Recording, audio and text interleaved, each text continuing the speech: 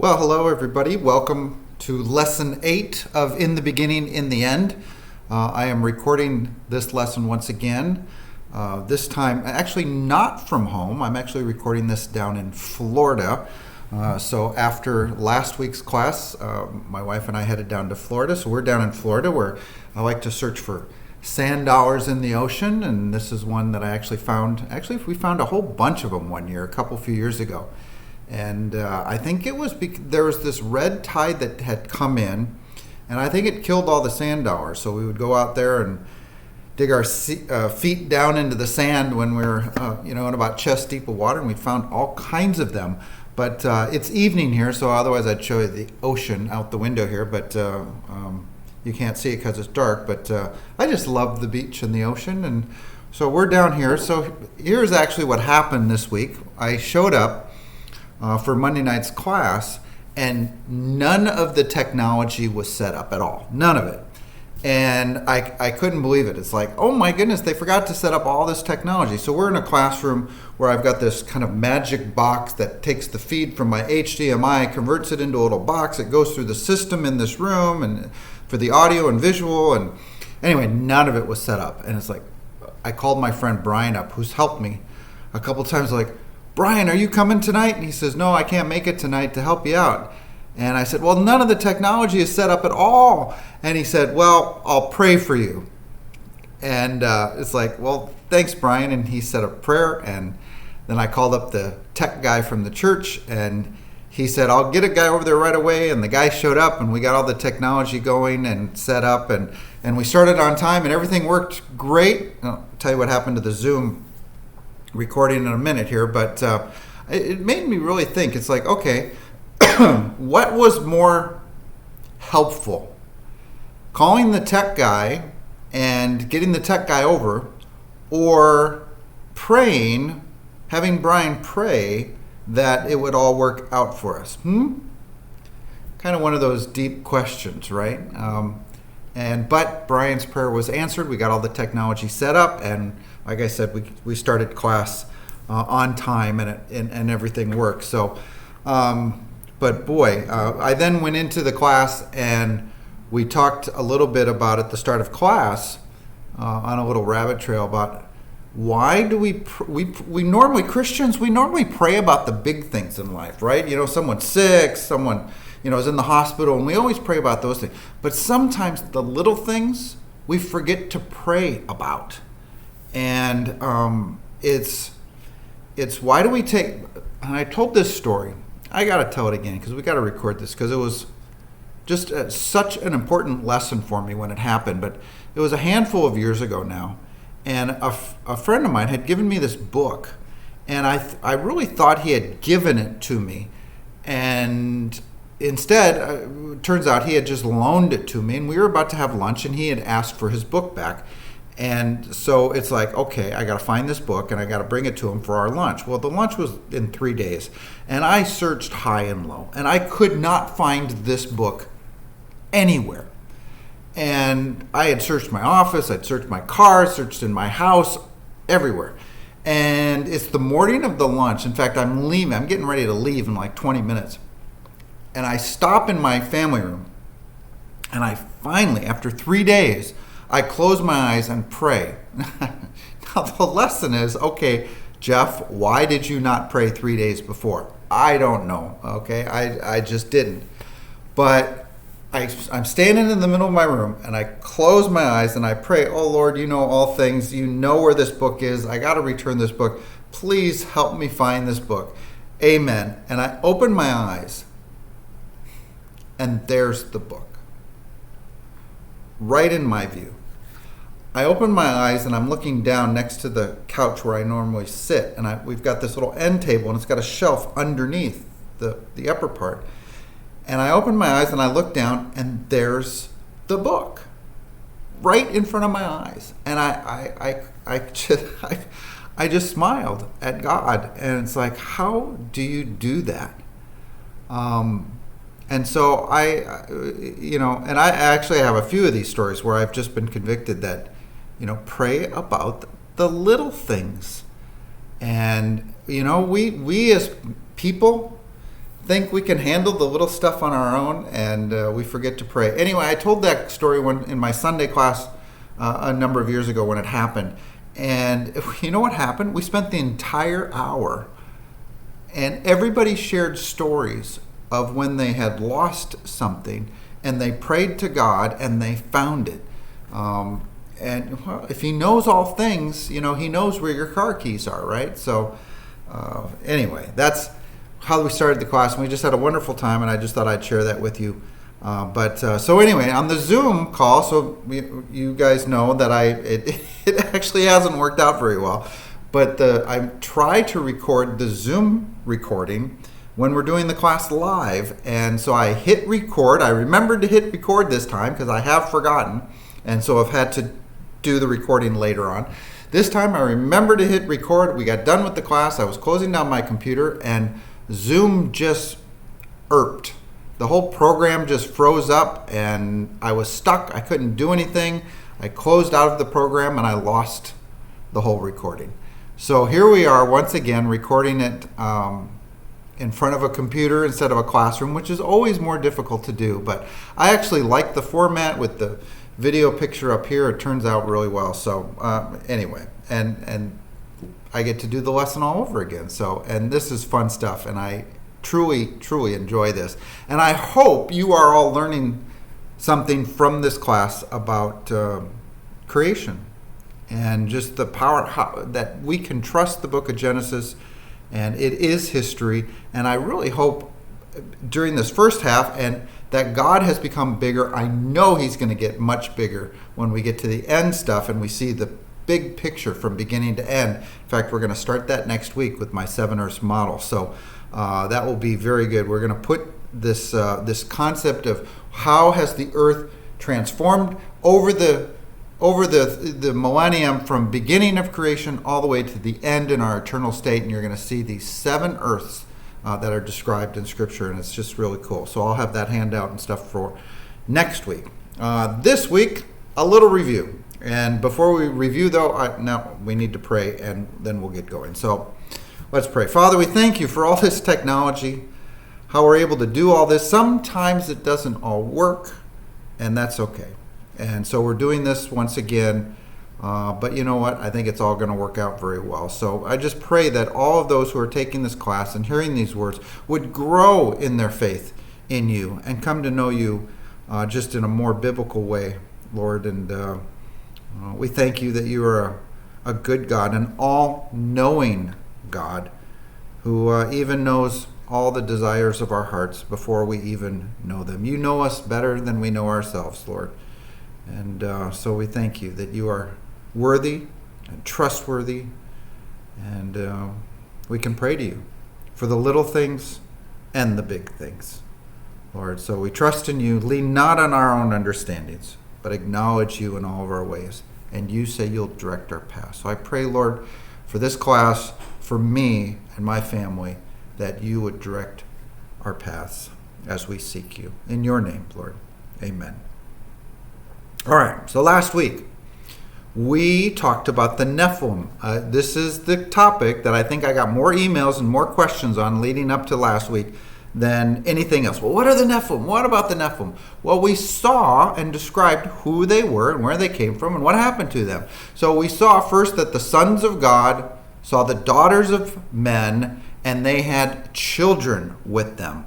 So we identified, well, who are the sons of God and who are the daughters of men and who are their children? And now remember, going into this, we only have a few verses on this, so we're not ever going to be dogmatic about this, but I think this understanding, what I'm going to review here in just a minute, fits Scriptures best and kind of ties everything up very neatly. And I think it works. So the sons of God we saw, and the daughters of men were beautiful, and they had children. We described the sons of God being the fallen angels. The fallen angels are sons of God, and we'll see that slide in a minute. And who are the daughters of men? Well, they're women, and their children then are described in the passage of these Nephilim, these men of renown. Nephilim, by the way, means tyrant or giant, and so that's how they were described. These half breeds, these half angel, half human, offspring that were giants, men of renown, tyrants, very powerful. So we saw in our definition of sons of God 4 different individuals or groups that are called or described as sons of God in Scripture, starting with Adam, who is the son of Seth, the son of Adam, the son of God. So Adam is a son of God. And why is he a son of God? We talked about the fact that he is not the result of reproductive processes in any way, shape, or form, but he was made by God. So as a product of a direct creative act of God, Adam is a son of God. Well, angels are also called sons of God. We see this in Job. Job 2, actually, I think this passage is from Job 1 or Job 2. I forgot to put it on this slide. But also Job 38, we see that the angels are called sons of God. Why? They were made by God. Jesus is called the Son of God because, once again, Jesus is not the result of any kind of reproductive processes, even between God and Mary, as some like to think. But no, his body was made for him by God in the womb of the Virgin. And we also saw, as I'll review in a minute here, that I don't even think that Jesus had any of Mary's DNA at all. Just like Adam was made from the dust of the ground, so the body of Jesus was made in the womb of the Virgin as a direct creative act of God. And finally, and this is the best one, obviously, are believers. Believers are called children of God. They are given the right to become children of God through faith in Jesus Christ. So it's at the moment that a born-again believer becomes a new creation made by God as a direct creative act of God. They become children or sons and daughters of God. Remember what I described. One of the big lies of the world is that we are all God's children, and that's just not biblical. That's not true. We are all made in the image of God, but before someone is born again, they are a child of their earthly father. So before I was saved, my father's name is Daryl. So before I was saved, I was a son of Daryl. After I'm saved, because I'm now a new creation by God, I've now been given the right to be called a son of God, a child of God. So when we are made new, we become made by God, and therefore we're sons of God. So I think the sons of God in the passage on the Nephilim are clearly fallen angels that came and had children with the daughters of men. We see this in mythology, the legends of the demagogues, right? Of Perseus, who killed the Medusa Hercules, and Jesus, yes, he's always listed as a demagogue because somehow God and human woman came together somehow, some way. No, I don't think that's it. Remember, Jesus was born of a virgin. I think Mary was a surrogate mother. Just as Adam was made from the dust, so Jesus' body was formed in the womb of the Virgin. You see that? And so I've heard many a pastor say, for example, describing James, who is the half-brother of Jesus. Half-brother means that they share the DNA from one of their parents, Mary. I don't think that's the case. I don't think James was a half-brother of Jesus. I don't think Jesus was the brother of anything. I don't think Jesus inherited any DNA from either a man or a woman, because all men and women are fallen, and Jesus, like Adam, was made by God, made perfect, and stayed that way because he never sinned.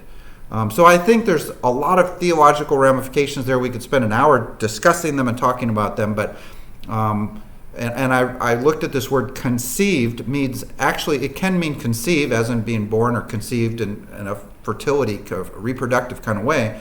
But it can also mean bring forth or to be made or make.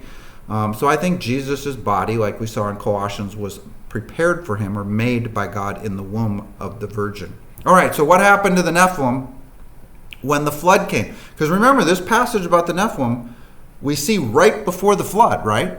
It's described right before the flood. And we talked about the 3 groups of people that would have been on earth at the time. So we have people, we have these fallen angels that had relations with human women, and we have the Nephilim. And we discussed that people would be destroyed by the flood. Yes, they would die, and they would be all wiped out. And their souls would go to this place called Hades. We'll talk about Hades more when we get to the end times. The fallen angels would not be harmed by the flood, but Peter and Jude seem to indicate that after the flood, or at the time of the flood, God takes them and locks them in gloomy dungeons being held for judgment. So they're gone. They're out of the picture. And so, by the way, demons, I don't think, can be fallen angels. One, fallen angels always appear in human form, not indwelling people, but as people. That's how they always appear in Scripture. And two, the fallen angels, I think, are being locked up. They're being held for judgment. So today's demons cannot be the fallen angels. So we need another candidate for where did these demons come from. Because remember, God didn't create demons. He didn't create an evil demon. Like angels, he created them good, but they fell. But demons, we don't have a story of their creation, nor of their fall in any way, shape, or form. The Bible's completely silent on the subject. So we got to look for another candidate, and I think these Nephilim are it. So would the half-breeds be killed in the flood? And I think the answer is yes, they would. They'd be killed in the flood. And their disembodied soul, which doesn't qualify to go down to Hades, that's for people, right, is now wandering the earth as a demon, and I think looking for people to indwell once again. And that's exactly what we see in the Gospels, are these demons, multitudes of demons, and trying to indwell people. And finally on demons, just because I always mention this whenever I mention demons, is it is not possible, I do not believe that it's biblical, that in any way, shape, or form can someone who is born again, filled with the Holy Spirit, sealed with the Holy Spirit, be indwelt by a demon. Now, do demons and the devil mess up and throw and torment and tempt and so on? Yes, the world is the world. We experience it every day. Our battle is a spiritual battle. But I don't think a born-again believer can be indwelt by a demon. I think that is precluded. So, all right. To the flood. So the next event after these Nephilim is the flood account. Now, I'm not going to read it all. Hopefully you guys have all read it as part of our discussion leading up to this. But a few key verses. That is, one, the corruption that God saw. He saw the world was full of violence. It was corrupt. Well, what happened at the fall? At the flood. God had to take care of the evil. Remember, he says that men were evil, and then he says the earth is corrupt. Is there evil after the flood? And the answer is clearly yes. There's still evil after the flood.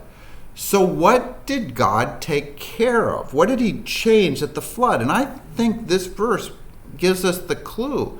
He's taking care of the corruption. I think the corruption of the bloodline of mankind, right? This inbreeding. We now have these half-breeds, and it's been corrupted. That was not God's plan. So at the flood, I think the corruption that he's taking care of is he's taking care of all of these half-breeds and saying, no, that's never going to happen again.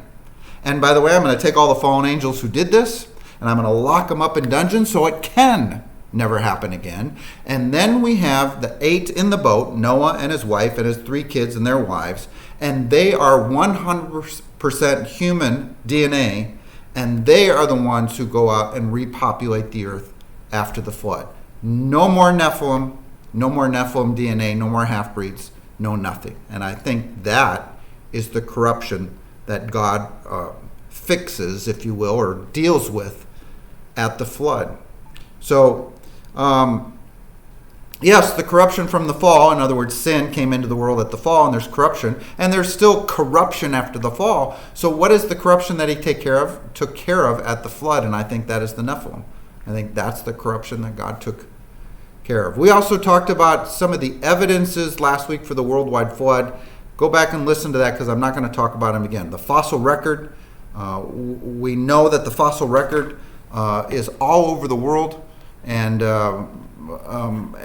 you get fossils from flooding, right? And so most scientists will say all of these fossil deposits all over the world were the result of localized flooding. Well, it's like, or one big flood was the cause of most of the fossil record that we see. We talked about polystrate fossils or polystrata fossils, where we see fossils going through the different strata. Well, how can that be if these strata were laid down over millions of years? Then we looked at some of the strata and we saw that the characteristics of the strata and a lot of the things that we can observe and see doesn't lend itself to layers being laid down over millions of years, but lends itself to being laid down very quickly, like from a worldwide flood.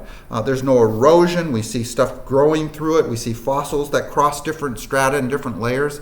And so we looked at some of that evidence. We looked at some modern fossils where mammals will actually have dinosaurs in their stomachs. And it's like, whoa, or wait a minute, maybe it was the other way around. Maybe it was dinosaurs had mammals in there. Either way, we see mammals and dinosaurs living together in the fossil record. In fact, in virtually every place that we find fossils, dinosaur fossils, which are supposed to be supposedly millions of years old, I think they're from the flood. We'll see that in a minute. Or actually, not in a minute, next week.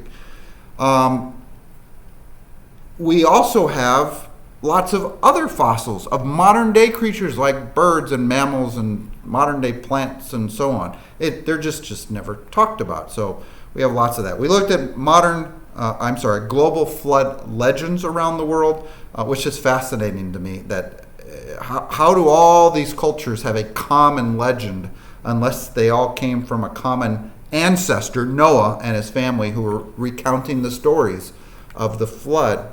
And then we saw this most powerful example in Mount St. Helens and how that was made so quickly, and the layers were laid down, the stratification happened in a short period of time, and then water cut a channel through in a very short period of time, days or weeks or whatever, and looks today like the Grand Canyon. And so if you took a geologist there that's familiar with the Grand Canyon, you'd show them Mount St. Helens, they say, oh, look, this was made over millions of years.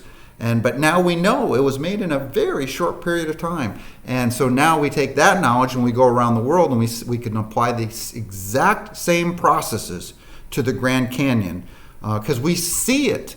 We actually see it. We saw it being made in a very short period of time at Mount St. Helens.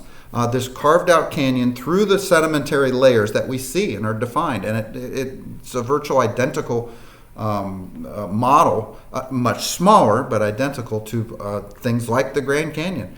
Laid down at the flood, carved out sometime afterwards in a very short period of time.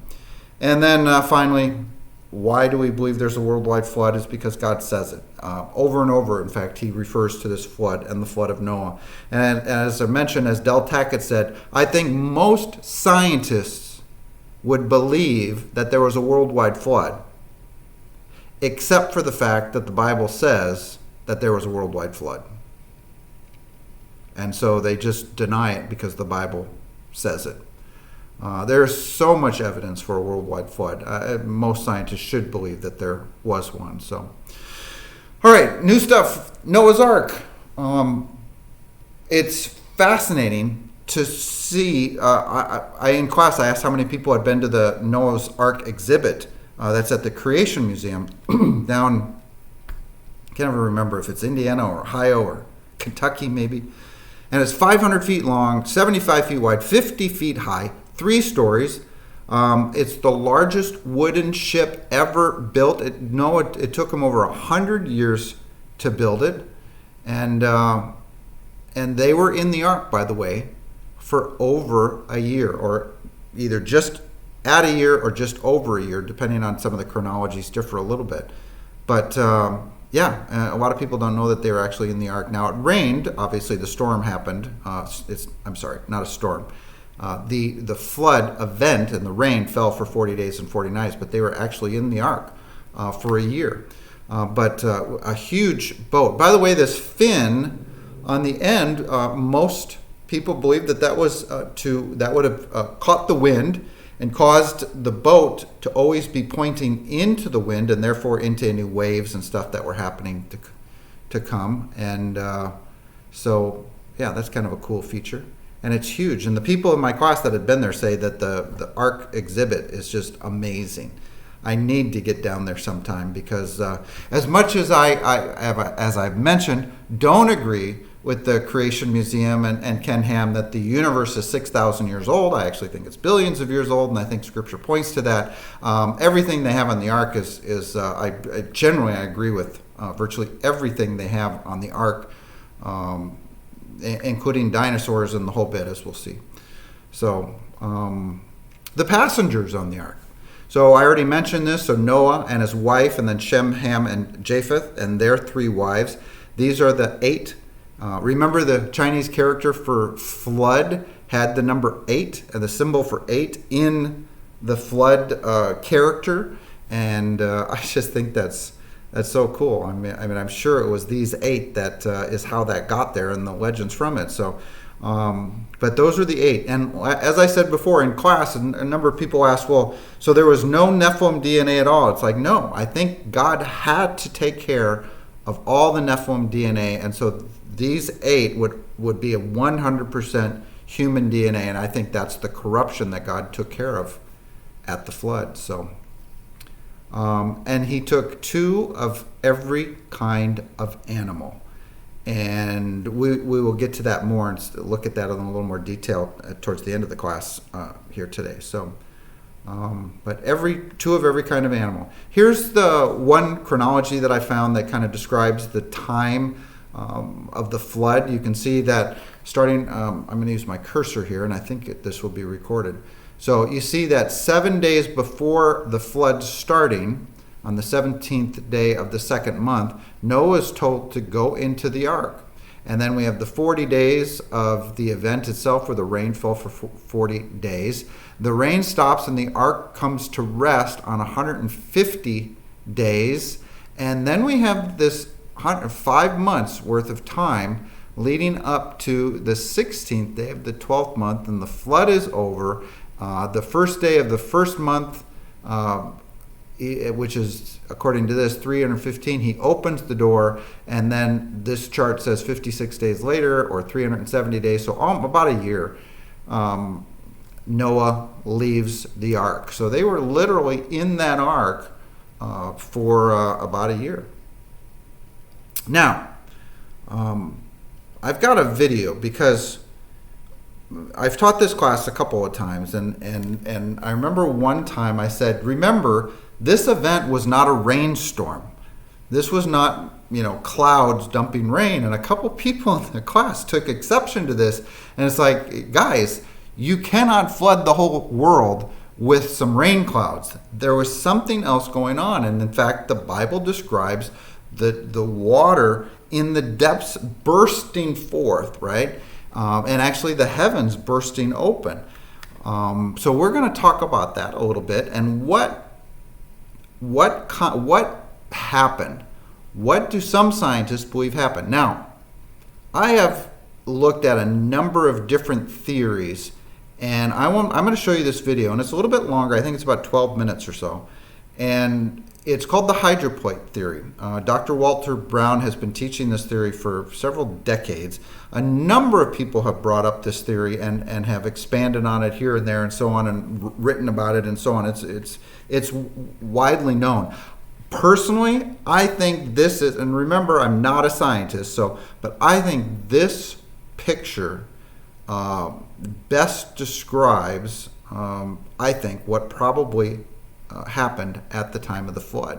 So I want you to watch this. So I need to mute my microphone so you hear the computer audio, and we'll go here.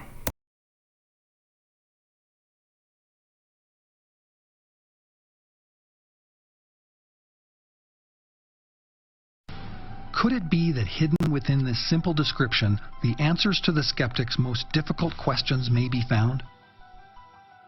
Having served as director of one of the United States Defense Department's major research and development laboratories, Dr. Walter Brown comes with an impressive list of credentials and credibility. In tackling the subject of Earth's geological development, Dr. Brown has developed a theory that contradicts the generally accepted viewpoint of the scientific community. Profound and far-reaching, this respected scientist's hydroplate theory not only offers a completely new approach to the geological sciences, it succeeds where the prevailing theory often fails. It simply and logically explains some of the Earth's most profound mysteries. We can see on our planet 25 major features that can now be systematically explained as a consequence of a global flood that erupted from subterranean chambers with an energy release exceeding the explosion of 30 trillion hydrogen bombs. This theory shows us just how rapidly major mountains form. It explains the coal, oil, and methane deposits, the rapid continental drift, and why on the ocean floor there are huge trenches, hundreds of canyons, and tens of thousands of volcanoes. This theory also explains the ice ages, and it gives the primary reason for global warming. It explains the formation of the layered strata in almost all fossils, the frozen mammoths, and major land canyons, especially the Grand Canyon. Surprisingly, it explains the origin of comets, of asteroids, and of meteorites. According to Dr. Brown's theory, the ancient world that Noah lived in was very different from the Earth we occupy today. Noah and other pre-flood people probably lived on one very large supercontinent with lush vegetation, inland seas, and major rivers. The mountains were smaller than today's, perhaps 6,000 feet high. Before the flood, about half the Earth's water was in interconnected chambers, about 10 miles below the Earth's surface. This formed a thin spherical shell, almost a mile thick. The pressure in the subterranean chamber had been increasing for centuries because the gravity of the sun and moon produced tides in the subterranean water that lifted and lowered the Earth's massive crust twice a day. This tidal pumping added gigantic amounts of energy to the subterranean water. This increasing pressure in the subterranean water steadily stretched the crust as a balloon stretches when the pressure inside increases. Failure in the crust began as a microscopic crack that grew in both directions at almost 3 miles per second. The crack, following the path of least resistance, encircled the globe in about 2 hours. As the crack raced around the Earth, the overlying rock crust opened up like a rip in a tightly stretched claw. So the water exploded violently out of the rupture. The Bible even gives us a precise date, the 600th year of Noah's life, on the 17th day of the 2nd month. On that day, all the fountains of the great deep burst open. Then it says, and the rain fell. The fountains of water jetted supersonically into and above the atmosphere. The spray from these enormous fountains produced torrential rain such as the Earth has never experienced before or after. The supersonic fountains eroded the crumbling rock on both sides of the widening crack. This produced huge volumes of sediments that settled through the floodwaters, trapping and burying plants and animals, forming the fossil record. Eventually, the crack became so wide that the newly exposed floor of the subterranean chamber sprung upward, giving birth to the mid-oceanic ridge that wraps around the Earth like the seam of a baseball. The continental plates, with lubricating water still beneath them, slid downhill away from the rising mid-Atlantic ridge. After the massive, slowly accelerating continental plates reached speeds of approximately 40 to 50 miles per hour, they ran into resistances, and like a runaway crashing train, they compressed, crushed, buckled, and thickened, rising out of the floodwaters. This is why the major mountains are generally parallel to the oceanic ridges from which they slid. Today's major mountains were all pushed up in hours. The hydroplates, in sliding away from the mid-Atlantic ridge, opened up very deep ocean basins into which the floodwaters retreated. This theory of a massive worldwide catastrophe in antiquity appears to support the biblical story of the deluge in every detail. But what other evidence exists to support this amazing theory? In 1970, I predicted that large pools of salt water would be found beneath major mountains. That prediction has been confirmed in several ways, by gravity studies, by seismic studies, and by electromagnetic studies. A paper published in the April 2001 issue of Science magazine announced the discovery of an electrically conductive layer under the Tibetan Plateau. The article suggested that such high conductivity at depths of approximately 10 miles could be achieved by a layer of aqueous fluids, some 1.6 kilometers thick and containing 10% brine. In other words, salt water. Just how big these subterranean layers of water will turn out to be, no one really knows. But the article points out that the conductivity is evident across the entire Tibetan Plateau. Recently, even more evidence to support Dr. Brown's theory became available. On March 22, 1998, a group of boys playing basketball in Monahans, Texas, narrowly missed being struck by a 3-pound meteorite that crashed to the ground 40 feet from where they were playing. The police were notified, and 48 hours later, NASA scientists cracked the meteorite open in a cleanroom laboratory. What they discovered inside stunned them all. The meteorites contained salt crystals and liquid water. The NASA scientists who investigated this meteorite believe it came from an asteroid. That's unlikely, because asteroids in the vacuum of space cannot sustain liquid water, which is required to form salt crystals. It's also too cold, and there's too little gravity. Earth is the only body in the solar system that can sustain liquid water on its surface. This demonstrates the enormous power of the subterranean supercritical water, the fountains of the great deep that launch water and rock fragments into orbit around the sun. These rock fragments are still returning to the Earth as meteorites. Meteorites contain Earth-like material, including many types of living but dormant bacteria. This means that meteorites and their bacteria didn't originate in the vacuum of space. Meteorites are literally tiny chunks of the Earth itself returning home.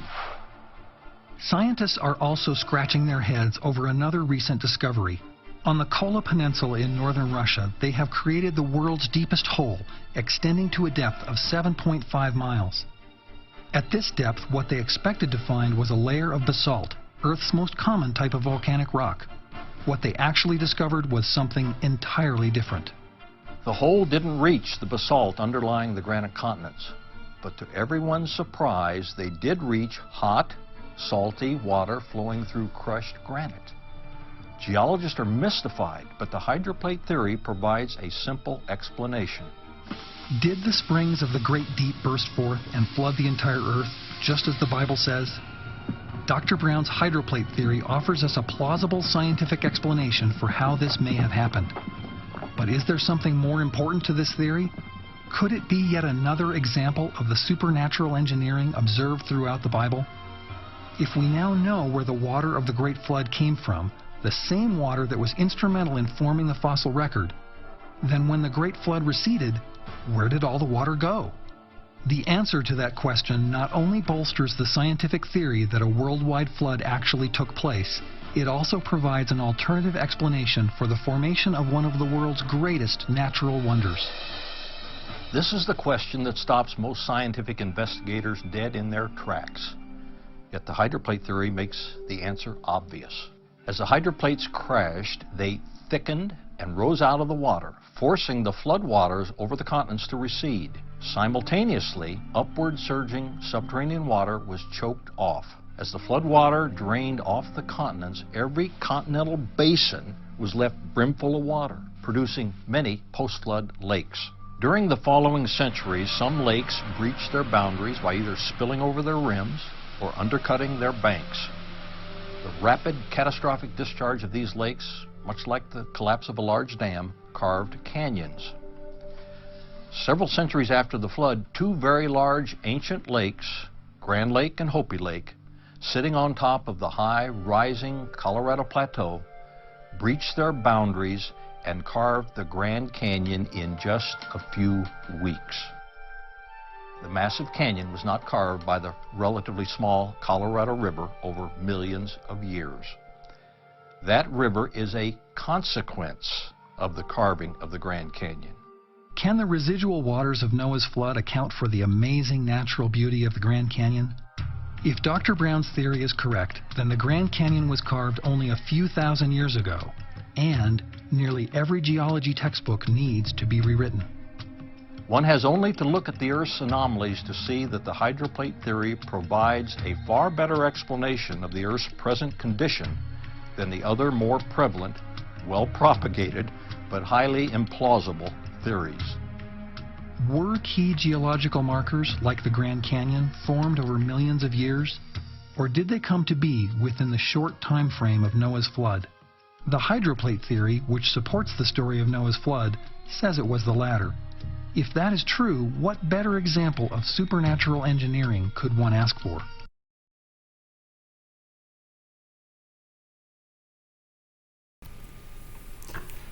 Isn't that just fascinating? I mean, this model kind of is a comprehensive model that explains what I think happened at the time of the flood.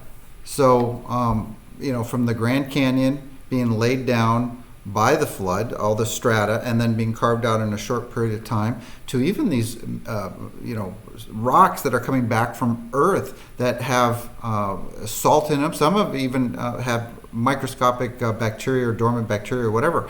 Well, if those came from the Earth, as Dr. Brown says, that's absolutely a perfect explanation. I've even read in this theory where the distribution of those particles, most would have fallen back to the Earth relatively quickly, but some would have reached orbit of some sort or another. And if you look at the distribution of what those orbits would have been, we would see X number of meteors coming back to Earth, over a period of time or whatever. And my understanding is that you even see that. So that was a predictive kind of measurement of this theory. And now, I will say this, one of the things that he doesn't mention in his theory is what about the heavens bursting open? Now, it could be that all that water going up, the heavens burst open because it's all, or mostly, falling back to Earth again. I guess that is a way to describe the heavens bursting open, but it seems to be a different phenomenon happening. So I've got a couple of thoughts on that as well. But one of the most powerful things is, as we've talked about, the Earth used to be one continent. All the land mass was together, and dividing the hemispheres is this mid-Atlantic ridge line. It's like it is literally appears to be a rip in the seam or in the crust of the Earth. And then this fascinating thing that if these continents were pushed out and away from that ridge line, like he described in the video, when a continent is moving, it slows down and the leading edge is going to buckle up, and that is the mountain ranges. And the fact that he says that they run parallel to the ridge lines, the mid-Atlantic ridge line, is just fascinating to me. By the way, if you look at North America, we have the Rocky Mountains on the leading edge, and then you have this kind of trailing kind of effect where the trailing end slows down and creates another buckle up, and that's the Appalachian and the Blue Ridge Mountains and all those kind of on the East Coast. And all pushed up, as he said, in a very short period of time. So I don't know how he got pre-flood mountains going up to 6,000 feet. I have no idea what he's based that on. I've tried to look into that, but in all of his writings on his websites, I haven't seen where he makes that assumption or why there's 6,000 feet. Oh, there. So here's a picture of this mid-Atlantic ridge, and you can see that it's just this tear, this rip in the crust of the Earth. And as we talked about several weeks ago, we know that those continents were together at some point in time. And here's another picture you can kind of see this leading edge of the mountain ranges that basically run from Alaska all the way down to the tip, which runs parallel to this ridge line. So very, very fascinating stuff. I think this theory, I wish that secular science would start taking the idea of a worldwide flood seriously and actually start more and more people start investigating these kinds of theories, but they just don't. I think they don't want to. I don't think they want to prove the Bible. It's kind of like in the beginning, Remember in the first couple lessons we talked about that science always believed that the universe always existed until Hubble came along and said, hey, wait a minute, the universe had a beginning. And science was not willing to accept that. In fact, science is the one who called it this pejorative, this negative word, this Big Bang, so-called Big Bang. I mean, that was a negative slam on Hubble's theory from science. And I think the main reason why is because it proved those crazy Christians right. The Bible said, in the beginning, God created the heavens and the earth. In the same way, I don't think science is willing to accept the evidence that there was actually a worldwide flood, because the Bible says that there was a worldwide flood. So, all right. After the flood, Genesis 8. Now the springs of the deep and the floodgates of the heaven have been closed, and the rain had stopped falling from the sky. And come out of the ark, you and your wife and your sons and their wives. Bring out every kind of living creature that is with you. So at the end of the year, they bring out all the animals, and all the people are out of the ark. By the way, there are some who have claimed to have found Noah's ark. Highly unlikely. It doesn't meet the criteria. These formations that I've seen and reported, you may have seen them, and they just don't fit the description of the ark. And plus, it's made of wood. How in the world could wood have survived all these thousands of years like that? So I just don't think so. And actually, Answers in Genesis has some very good information showing that it's most likely not the ark of Noah. So anyway, and then the Lord built then Noah built an altar to the Lord, Genesis 8, verse 20. So some of the extra animals, they actually took more than two. If you read this, I didn't go and read this, but clean and unclean animals, they did take extra. So there was actually more than just two of every kind of animal. Some of the animals, there was extra, because obviously if he makes an offering to the Lord, a burnt offering to the Lord, and it was a sheep. I actually don't think it's described as a sheep or a lamb in Scripture. I just think it says offering, but I'll have to look at that. If there was only two, that would be pretty bad news for that whole entire species, right? It's going to end pretty quickly. It'd be extinct. So there was more than two of certain clean and unclean animals that were brought on for food, I'm assuming for sacrifices and so on. So, and in Genesis 9, then we see the fear and dread of you, meaning people, will fall on all the beasts of the earth and all the birds in the sky and on every creature that moves along the ground. Have you ever noticed that animals can come together at a watering hole, and generally speaking, all the different animals can come together, and they tend not to bother each other. But man comes in. If a man comes in, all the animals run. Have you ever noticed that? Well, if we're just one of the animals, if we're just one of the evolutionary animals, just one of the primates out there, well then why do the other animals care when we show up? Well, I think here's your answer in Genesis chapter 9. By the way, we're not just another animal. We're not made after our kind, but we were made in the image of God. Mankind is unique that way. But so all creatures fear men. And it's because of this. Every creature that moves along the ground and all the fish of the sea, they are given into your hands. Everything that lives and moves about will be food for you. So God is now telling mankind on earth after the flood, you now can kill animals and eat the meat.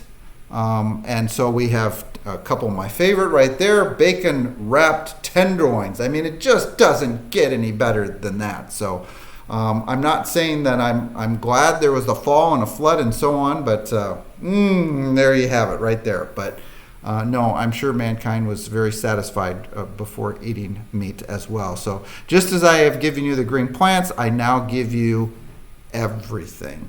So there are some Christians who, I don't even want to go here. I got actually confronted by a couple Christians that basically said Jesus would have been a vegetarian and on and on and on. It's like, no, I'm sorry. You just don't know Scripture.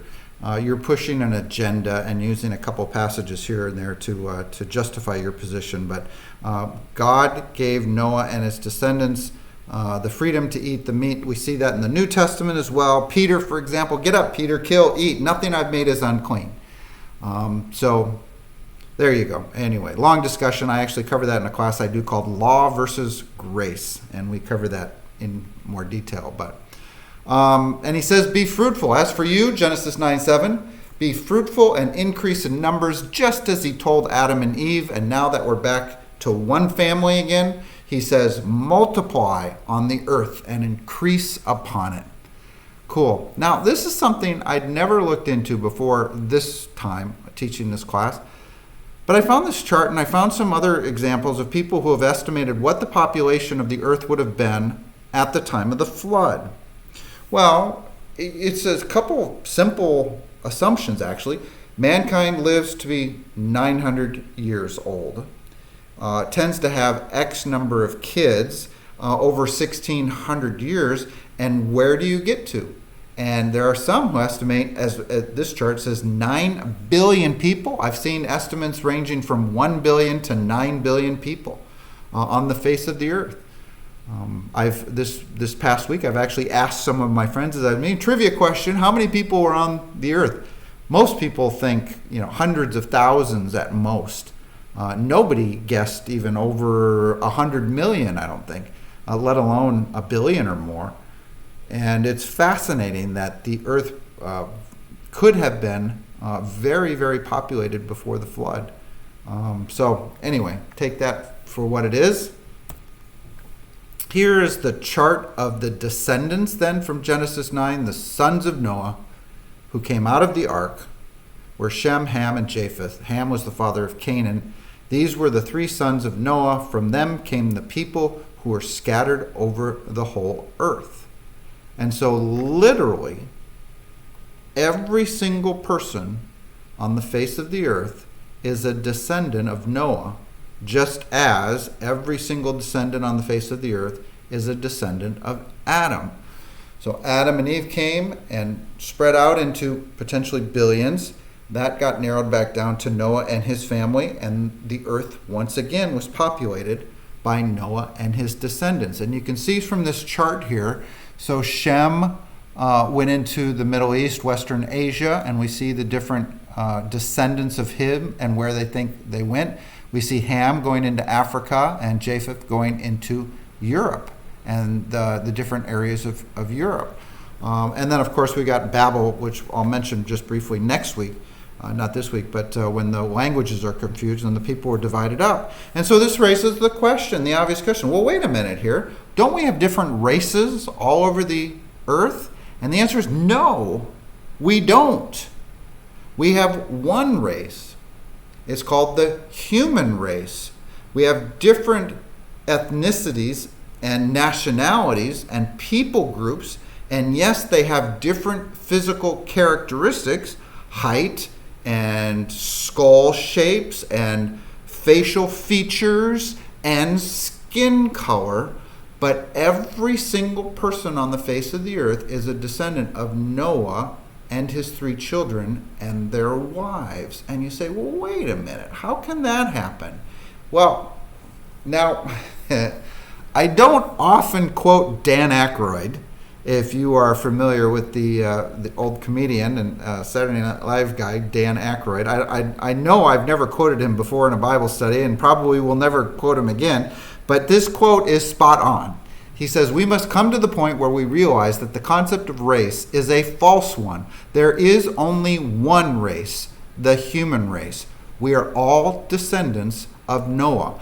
I want to show you one example today. This is a current contemporary example of a husband and wife having twins. These are both fraternal twins, not identical, fraternal twins, from the same mother and the same father. Now, one was dark skinned, one was lighter skinned, but this is the same gene pool of the mom and dad coming together, 2 different families. Here we have Remy and Kian, and we have Lucy and Maria, and you can see that they're sisters, but their skin color is different. We make such a big deal out of skin color when we are all, what color is every single person on the planet? We are all shades of brown in some way, some much darker brown, others lighter brown. But now in class, someone made the joke that except Minnesotans after a long winter, they are definitely white. Okay, you got me. Minnesotans in springtime are definitely pasty white, but for the most part, we are all shades of brown. And yes, we all came from Grandpa Noah. And so, by the way, we got into this a little bit. I was going to show a video, and I decided I just didn't have the time to show it. But clearly, the DNA that was in Noah and his children, remember, there's actually a few genes. There's this capital A, capital B, small b genes that determine skin color, basically. And if you get one combination, your skin tends to be darker. If you get a different combination, your skin tends to be lighter. This is all physical characteristics, by the way. This is not just skin color. It's all physical characteristics.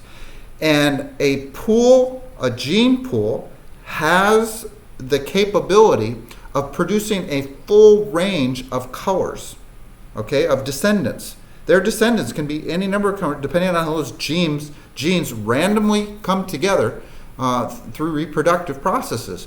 Now, what tends to happen is that dominant traits in a people group develop, and most of the people in a people group tend to have similar physical characteristics in that gene pool. So if you have one gene pool that gets divided up, and by the way, Noah and his family were most likely a medium brown, probably medium to medium dark even, brown color, that as they were separated into people groups, this group over here had more tendency to have lighter colored genes, or a mix of genes that would produce lighter colored siblings. And in a generation or two, those can really show up in a dramatic way, and your descendants could be lighter. This pool of people over here were darker. This pool over here was more Asian looking, more medium brown skin color, and so on. So this is not hard. In a few generations, you'd have ethnicities developed by the gene pools that came about after the flood. So this is, and I will tell you, somebody else in the class asked about environmental factors, and I think environmental factors could play a role in adaptation of man in the different environments. So from the hot African continent to the cold northern European environments, and how that would play a role in the adaptation of the of generation after generation. I just don't know the answer to that precisely. So, but we see it in the animal kingdom. So I don't know why we wouldn't see it in human people. But bottom line is that Noah and his family had all the genes necessary to have all of the different ethnic groups come from their descendants. This is simple DNA analysis. So Genesis 9:9, what's something else that happened after the flood? And that is, God promised to never flood the whole earth again. And he says he set a rainbow in the sky.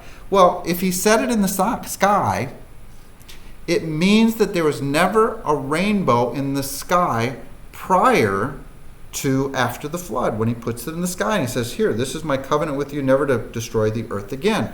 And so there would have been no rainbow in the sky prior to this. What makes a rainbow? Well, you have to have rain, and you have to have the sun shining through the raindrops and then creating this rainbow in the sky. And it says in Genesis 2 that the Lord God had not caused it to rain upon the earth, and there was not a man to till the ground, but there went up a mist from the earth and watered the whole face of the ground. So prior to the flood, it appears that it never rained on the earth, and that's why suddenly the atmospheric changes after the flood suddenly creates an atmosphere capable of producing clouds and rain, and so on. So I think the entire atmosphere changed. Well, if it never rained before on the earth, but it was a perfect Garden of Eden, earth, what would that look like? And I think it would look more like a terrarium environment, where you've got some kind of canopy around the earth that would be a completely different atmosphere than what we have today, and would create this perfect terrarium type of earth. Some call this, so no rain, tropical all over. Some call this the Canopy theory, and generally speaking, it's a thick layer of water or moisture canopy surrounding the earth, much more than today, that would do a number of things. It would create a thicker atmosphere. It would be much more water vapor, which is really a true greenhouse gas, by the way, water vapor. There are even some that suggest there was, above all this, some kind of hydrogen layer, which is the most common element in all the universe. And that hydrogen layer potentially ignited, I don't know about that. When hydrogen burns, by the way, it consumes oxygen and creates what? Hydrogen burns, combines with oxygen, and creates H2O, water. The heavens burst open. Hydrogen burns, creating water, using up some of the oxygen in the atmosphere. In fact, that's part of the Canopy theory, that most believe that there was some kind of more oxygen in the atmosphere pre-flood, and potentially greater pressures as well, creating kind of a hyperbolic chamber effect, which science is now showing can be very good for man to go into higher pressured environments. So if all of these things were true in some way, shape, or form, we know the atmosphere changed dramatically after the flood. I just don't think we know how. This is one of kind of the theories. It would have done a number of things. It would have created a terrarium environment, and it would have still allowed visible light to come in, but all the harmful UV radiation potentially would have been blocked by some kind of thicker canopy. And while the sun gives life to all things, harmful ultraviolet radiation tends to destroy things. So it's very bad for life. And so less cosmic radiation could potentially mean longer lives. And if we look at the lifespans that are described in the Bible before the flood and after the flood, okay, so we're going to look at the lifespans before the flood. We see, for example, Noah lived to be over 900 years old, Adam over 900 years old, Methuselah was 969, I believe, who was the longest living person ever on the planet. You see poor Enoch here was only lived to be 300 and whatever years old, and then was caught up to heaven. But he's coming back, by the way, I think as actually one of the two witnesses in the end times. But we see after the flood that lifespans declined dramatically in the generations following the flood. So what are the potential explanations for this massive decline in lifespans that the Bible describes? Well, number one is the atmospheric changes and the potential that much more ultraviolet radiation is being put in, is allowed to reach to the surface of the earth. There's potentially less oxygen in the atmosphere, and some of the things that we just saw on the previous slide. Some suggest that the dietary changes of man has led to the decreased lives. In other words, man is now eating animals where he did not eat animals prior to the flood.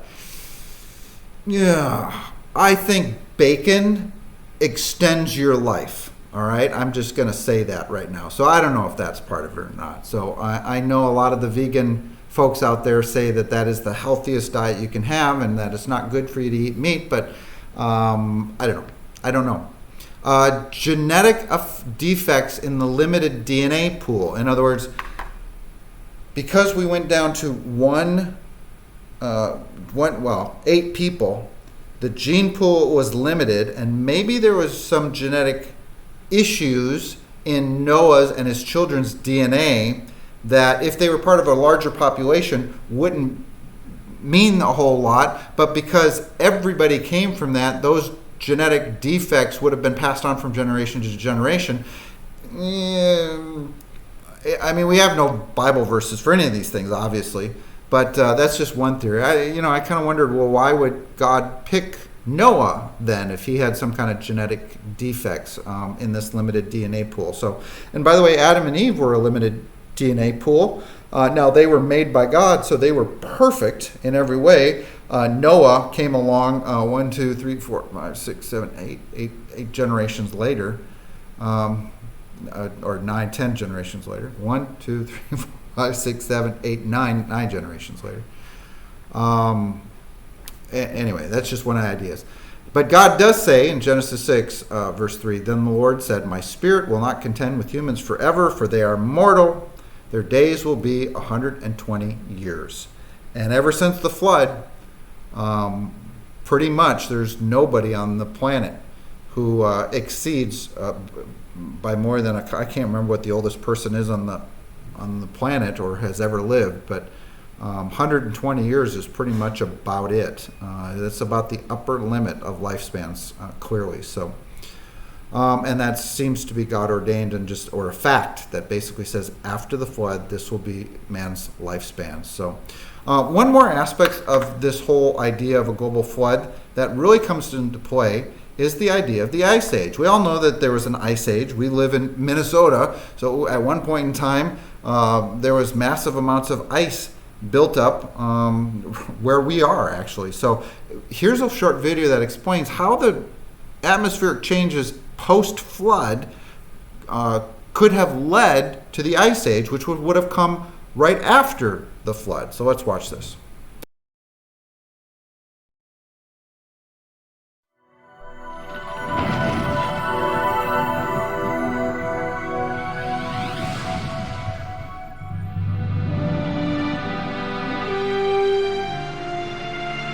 The ice on Greenland and Antarctica is in places miles deep and hundreds of miles wide.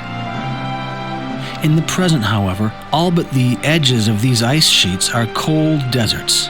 Not enough snow and ice falls there to build up the depth of ice that we find today, even if long periods of time were available. The flood of the Bible may provide an answer. First of all, flood rocks contain thick piles of lava and huge volumes of volcanic ash. Meteorologist Mike Ord has suggested that this might have led to the Ice Age. There was a lot of warm water added to the pre-flood oceans from the crust, and also a lot of lava flows and volcanism that heat the waters. Evidence in fossils suggests that the oceans were warmed up in the course of the flood. The average temperature of the ocean is 39 degrees Fahrenheit. Well, after the flood, it could have been an average of about 86 degrees Fahrenheit. And you could have taken a swim in the Arctic Ocean right after the flood. It was so warm. But then it's going to start cooling down, and that cooling is mainly by evaporation. So the key here is that with that warm water, you evaporate so much more water vapor in the air. As the oceans cooled after the flood, heavy snow began to fall. Computer simulations that begin with warm oceans show snow falling far inland over cool continents. Ice sheets build up thousands of feet thick, where we see evidence for such ice today. This ice built up in only a few centuries of time. The whole process was sped up by volcanic ash cooling the Earth after the flood. Because of the instability of the Earth after the flood, there'd be a lot of volcanism. Aerosols are tiny particles about a micron in diameter, and they'll float up there in the stratosphere for several years, and they reflect sunlight back to space. So you have a cooling mechanism. The ice is going to build up, and then finally it's going to come to a point where it's going to peak. That's glacial maximum. Once the oceans cooled enough, the evaporation slowed, the snows stopped, and the ice began to melt. Calculations suggest that the buildup, movement, and melting of ice did not require many thousands of years as is traditionally taught. From a warm world at the end of the flood to the melting of the ice took only centuries of time. And then I see evidence of the one ice age and a short, rapid ice age that melts catastrophically. This is what I see based on science. Present climate is not the key to understanding what produced thick piles of ice in Greenland and Antarctica. It looks like the Bible had the key all along, the Great Flood in the days of Noah.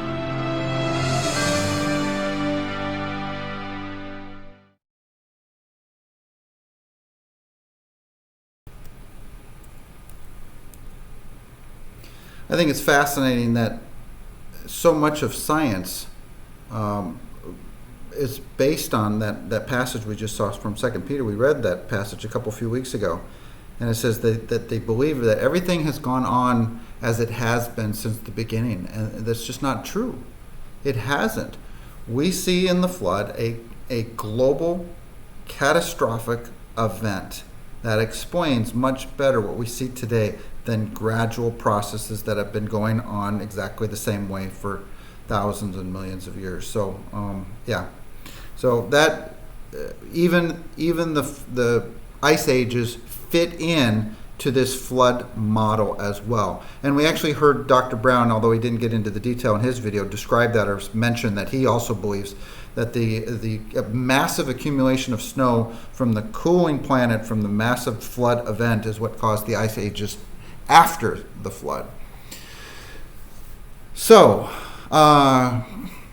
two of every kind. I want to get into this a little bit because this is fascinating, and I think this will help us understand some of the animals that we see in the fossil record, the supposedly prehistoric creatures, and modern creatures as well. And this is actually a new developing area called Barominology, and bara meaning to make, the Hebrew word for make, min meaning kind, ology is the study of. So it's the study of the biblical kinds that were made by God and also put on to the ark. So what does this mean? Well, if you look at a traditional biology book, you'll have the tree of life and species all evolving from the same thing, and one species evolving into another, and so on. And so we see this, for example, this was just an elephant chart that I found from the Encyclopedia Britannica, and we see different types of elephants evolving out of an older elephant. In this case, it's a 30 million year old elephant evolving into something that's a few million years old, evolving into something that's thousands of years old, and so on. You guys know the story. We all looked at this in biology, and we've all studied it in the past. Here's what I think is the biblical answer to what we see in the fossil record. We had a kind of elephant created in the garden. Right? So the animals were made after their kind. And after the garden, in that 1600 years or so till the flood, we could have seen that elephant adapt and change into different species or different types of elephants, all the same kind, roughly a family, if you will, in kind of the biological sense.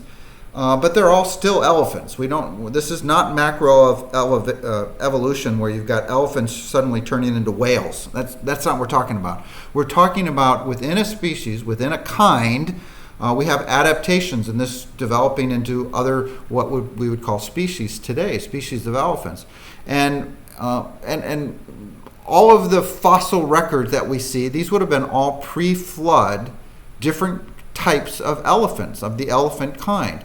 Well, we know that God picked two of every kind to go on the ark. So let's just pick one of these. I don't know which one he picked, but we'll pick one of these. And that elephant with that DNA is the kind of elephant that God then placed on the ark. At the time of the flood then, all of the other elephants would have died in the flood, and we'd have these two elephants left who then come out of the ark and would then start repopulating the earth. And so we get the African elephant, the Asian elephant, the pygmy elephant. I don't know, there's like 8 or 10 different kinds of species of elephants that we see around the world. But we also see these creatures of like woolly mammoths that we know were, many of them were probably killed by the Ice Age. We see it. We see them up in the northern part, and we see their frozen remains up there. So they clearly existed after the flood, and with man, by the way, after the flood, but have since gone extinct, leaving the current modern day species that we have today. So I think that's the explanation. I think all these elephants, being the kind of elephants, are all just elephants. They're all just the kind of elephant. By the way, there's reading on these biblical kinds, and the folks that study this stuff, Barominology, they say generally a kind is a kind if it has, not exclusively, but if you can breed a species with another species, generally it's probably the same kind. For example, you can have a golden retriever and a poodle, and you can breed them, and you can make golden doodles, right? And you can have a new species of dogs, but they're still all dogs. And same with elephants. We see this, let's look at cats, for example. I think we have here what we have here is a diagram showing different kinds of prehistoric cats, right, and their relative size to each other. Well, I don't know, these are the types that were created and that were on the ark, but I'm just going to use them as an example. So you got one kind of cat that was created in the garden, right, a large feline cat, that over the centuries, other types of cats could have come out of that, like whatever. Some of these cats where they find these fossils, they're all the same kind of cat. But at the flood, God would have picked two of them and put them in the ark, and that kind then developed. And we then, over the thousands of years since the flood, those two cats reproduced and had groups, and just like people moved to different parts of the world, so cats moved to different parts of the world, and adaptations, genetic adaptations would have occurred over the generations, resulting in all the major cat types of the world today, probably both small and large. Is that one kind, or maybe the smaller cats are one kind and the larger cats are another kind? I don't know the answer to that, but this is this barominology idea. Here's a diagram that I found also about bears. This is kind of funny. So it even says ark bears. So here's the bear, or the pair of bears, two of every kind, that was on the ark. Probably looked dissimilar to some of the modern bear species that we see today, but all of those modern bear species would have come from this papa and mama bear, right? The ark bear. So the different adaptations over the generations, with just like you get darker skinned people and lighter skinned people, you can get darker bears and black bears and white bears and panda bears and so on and so forth. So these are minor genetic differences, by the way. Coloration is a minor genetic variation between the gene pools in one species and the other. I mean, these are colors minor, one characteristic out of many. So one of the other common questions I've been getting in the last few weeks since this class started is, okay, so what about dinosaurs? Were they on the ark? And the answer is, well, yes, they were. We are going to see the evidence of man and dinosaurs living together, which is the key to understanding, I think, kind of the time frame of dinosaurs. Now remember, here's what we got to understand going into this. Dinosaurs are not some kind of ancient creature. Dinosaurs, the term, only started in the mid-1800s and simply means a large or fierce lizard, reptile. So a dinosaur is just a reptile. That's all it is. And they find some fossils. They're really big reptiles, and so they call them fierce lizards.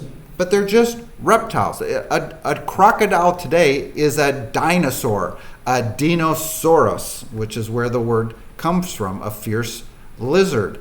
Many reptiles, by the way, continue to grow their entire lives. So if you have a pre-flood world where mankind lives to be 900 years old, well, I think the animals would also have lived much longer than they live today. I think that's a safe assumption. Now, mammals don't grow their whole lives. They grow up and then they don't grow anymore. But reptiles continue to grow. Many reptiles, not all reptiles, but many of them, will continue to grow their whole lives. Well, if you have a sauropod, that's 900 years old, how big is it going to get? Well, there's a fossil of a sauropod that's, 40 feet, 60 feet long, whatever that one is. I don't know exactly, but because it's been growing for 900 years before the flood. Remember, all life on earth came in the garden on days 5 and 6. That's where all life came from. So we know that all life had its origins in the Garden of Eden some 6,000 years ago, according to the chronology of the book of Genesis, right? So, and if lifespans were longer, then these dinosaurs, these lizards, these reptiles would have kept growing and growing and growing and gotten huge before the flood. So here's another kind for you, and this is sauropod. So we actually see in the fossil record different kinds of sauropods, these creatures here. And obviously 2 of them would have been created, and we would have gotten, again, multiple species or variations of this sauropod before the flood. And then 2 of those individual sauropods would have been selected by God and put on the ark. And then after the ark, they would have begun to repopulate the earth. And if they then survived the flood on the ark, we should see evidence that man and dinosaurs, not just sauropods, by the way, all dinosaurs, all different kinds of dinosaurs, lived together. And we actually have massive amounts of evidence that large reptiles that are called dinosaurs today lived together with man. So we're going to scroll through these. We could spend a whole semester evaluating all the evidences for man and dinosaurs together, but here's a cave drawing where we have a man, we have a sauropod dinosaur. Here's a close-up of it, of the sauropod dinosaur. And it's like, we've got multiple examples. Here's another drawing. That was in Utah, by the way. Here's a Stegosaurus engraving at Ta Proam. And a Stegosaurus, if those lived millions of years ago, nobody who would draw a cave drawing would have ever seen one. And so how do they draw it?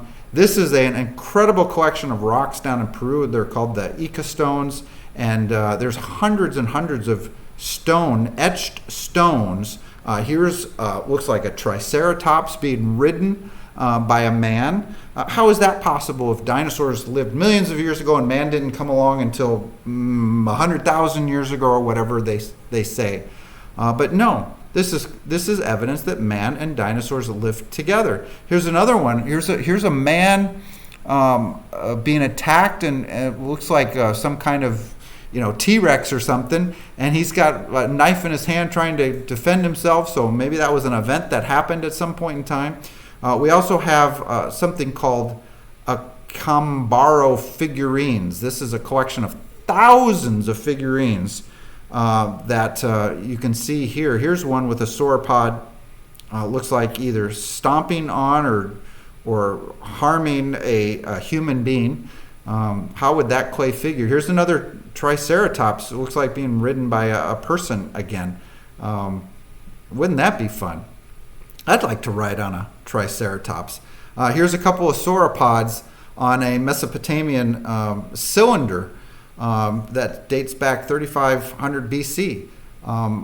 It seems to me that you'd have to see a sauropod in order to engrave one or cast one into a clay cylinder. And finally, I'm going to read a couple passages to you. So, the book of Job, hang on a second here. The book of Job, I had to get my Bible out here, describes a couple of creatures. Now, Job is one of the oldest books, if not the oldest book of the Bible, but clearly it was written to man after the flood. And it describes this beast. So I'm in Job chapter 40, verse 15. God says to Job, "Look at the behemoth, which I made along with you 6,000 years ago in the garden, and feeds on grass like an ox.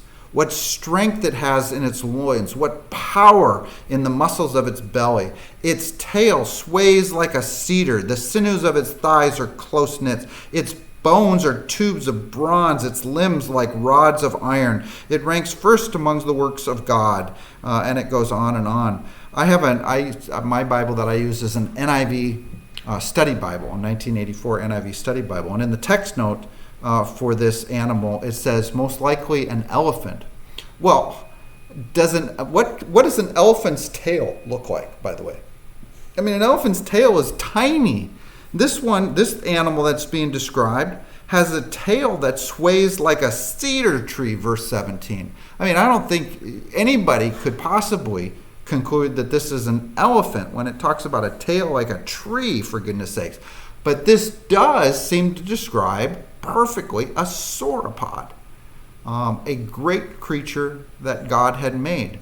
And if God is describing it to Job, then Job would have been familiar with it. All right, let's look at another one.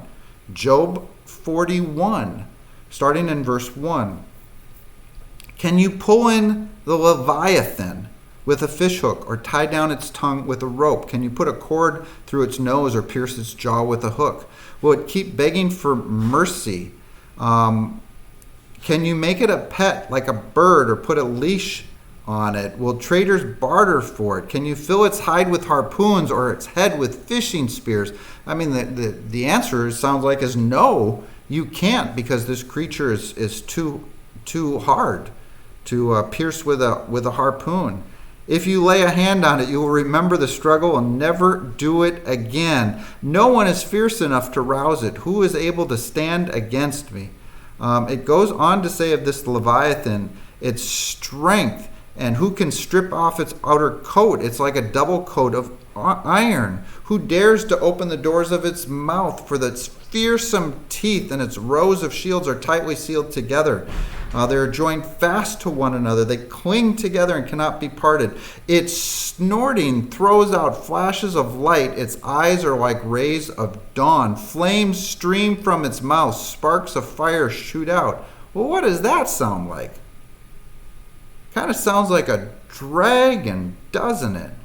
A dragon clearly aren't real, right? It goes on to describe this beast as amazing.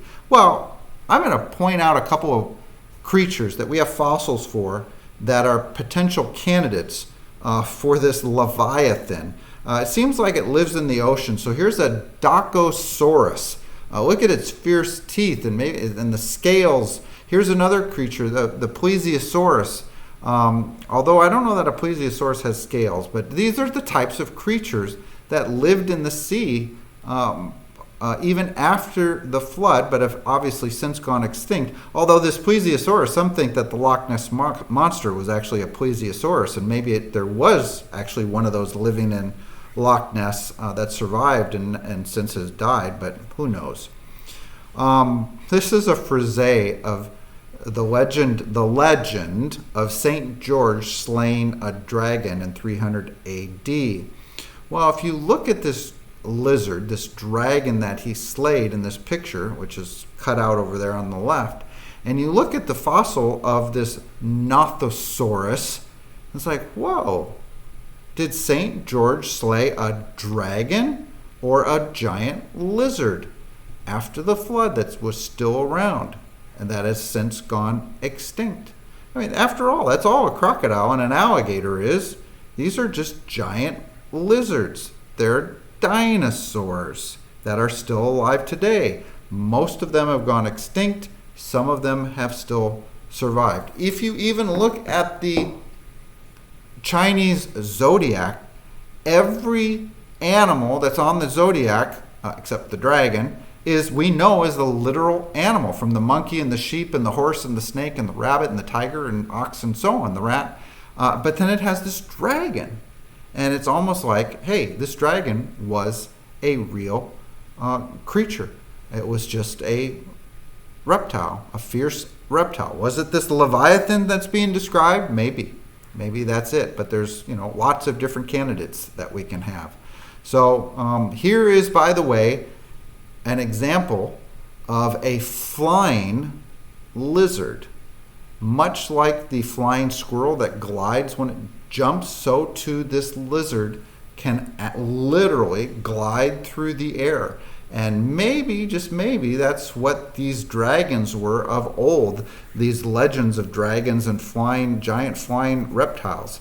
Now, the flying part is, I have no, and I don't know about the flames out of the mouth either. I don't know. I don't have an explanation for that, but I know that there are some lizards that spit out like an acid that burns. Maybe that is what the biblical language is referring to, and this creature spit out, some kind of acidic spit that would burn flesh. That might be. And what was a dragon actually able to fly like those small lizards that we see today, or was it simply one of these fierce beasts that lived in the water or land like that St. George slayed? The bottom line is that we have massive amounts of evidence that these giant lizards lived with man after the flood. And so, yes, dinosaurs would have been on the ark. Every kind of reptile would have been on the ark, including sauropods and the like. So just really quick, there's also a bunch of evidence, if you ever look for it, of these footprints of dinosaurs and man together. I've looked into some of this stuff, and there is some question about a lot of these, so I'm not going to go into this. Some don't believe that they are actually man. It's hard because science will never concede this, right? Traditional science will never concede that that's a human footprint with a dinosaur footprint, because they're supposed to be millions and tens of millions of years apart. So it's they're never going to concede it. So bottom line, if all life was created in the garden some 6,000 years ago, and the flood killed out most of the dinosaurs, leaving 2 of every kind on the ark, then every kind, including all the dinosaurs, the sauropods and so on, would have lived together after the flood. And we have evidence for that. But the vast majority of those species, like the T-Rex and the sauropods and whatever, have now gone extinct since then, in the thousands of years after the flood. Just like many species of other non-reptile creatures have gone extinct since then. And the vast majority of dinosaur fossils that we see out there are not thousands and millions of years old. Are not millions of years old. They are thousands of years old. And that is where we're going to start next week. I'm going to show you a video that is an amazing discovery. So, all right. There we go. So that was Monday's class, recorded again to put up on the internet with all the rest of the lessons from this class called In the Beginning, in the End. All right. Next week, evolution. We'll look at it and get into the 7 Earths model, and we'll explain that. So, Father, we thank you for this time we've had together to talk about all of this creation and flood stuff and try to understand it, try to put our minds around it. We are bombarded with the world's ways that they think everything happened, and yet it doesn't gel with the account that we read in Scripture. And so we want answers. We want to understand it. We always want to be prepared to give it a defense for the things that we hope for. And we believe that the earth was covered with water because you say it was. And that's not hard to understand. When we have a few simple kind of understandings of how it probably happened. Water didn't have to cover Mount Everest. Mount Everest was created after the flood and things like that. So I just hope, Lord, that some of the nagging questions that we as Christians have had, comparing the biblical narrative to that which science says happened, have been resolved here today. And we hope in doing so that we're able to trust you that much more, Lord. We love you, Lord, with all of our heart and soul and strength and mind. We put our faith and our trust in you this day. In your name, in Jesus' name, amen. Thank you all. God bless. We will see you next Monday night.